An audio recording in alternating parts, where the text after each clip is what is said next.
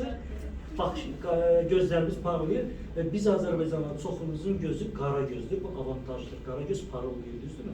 Biraz parıldayır, öz güvənlə rahat-rahat danışın. Yəni. Okey mi? Həyəcanı da necə yenirik? Bu ölüm deyil. Həyatın sadəcə bir intervüsüdür. Bu olmasa başqaları olacaq. İlla da yox, bu olmalıdır, bu olmalıdır, bu olmalıdır. Düşünsən, şüuraltı deyir ki, indi kəsiz edirsən, görücü kəsiz edir, indi çaşarsan, bax çaşarsan. İçini deməsin, sakin, cool, rahat danışırsan. Xanımlarda ən səhv oturuş nədir? Bu oturuşdur.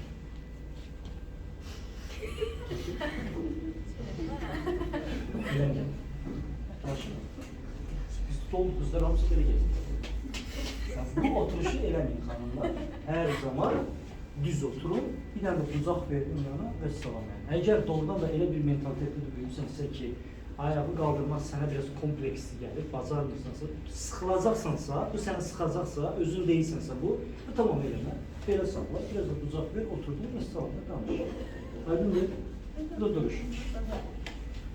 Bəs oğlanlar da daha qəbirlər, yəni belə. Necə? Oğlanlar. Bu şəkildə yəni. Bax da bu şəklinizi görünür. Yalvarıram elə bir. Mən okey deyim. Futbol komandası otururlar, gözlüklər, onlar oxşuyur. Çalışın olmasın. Tamam mı?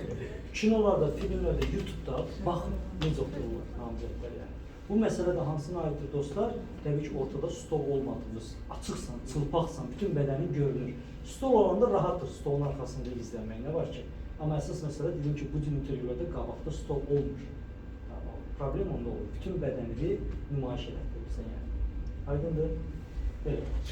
Sonra, mən intervyuda rekrutlərin oturuşundan danışmışdım, düzdürmü? Və bütün də intervyularda bir dənəsiz məqamlardan biri dostlar, özünü. Sən özünü bir karizmatik natik kimi belə praktik edib gələ bilərsən də, düzdürmü? Amma bunu vərdiş halına salmamısansa, sən hazır bir mətn danışacaqsan, mən bu yan, öz təqdimat zor getdi. Biz söhbətə gedəndə onun içindən başqa adam çıxacaq. Çünki o mətni əzbərləməmsən, o başlayacaq indi özün kimi danışmağa və bununla o bir-birindən fərqlənəcək, düzdürmü? Çalışın özün ol. Ən pis variantlardan biri nə görmüşəm?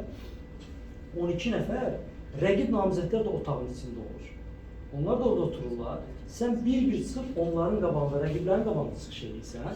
O zaman da nə səhv olur? Bir namizəd çıxıb gözəl çıxış edir. Hamı da görür ki, bu onların ürəyinə yatdı da, düzdürmü? Ondan sonra çıxanlar onu yamsılamağa çalışırlar. Onun kimi danışmağa çalışırlar. Bu yanlışdır.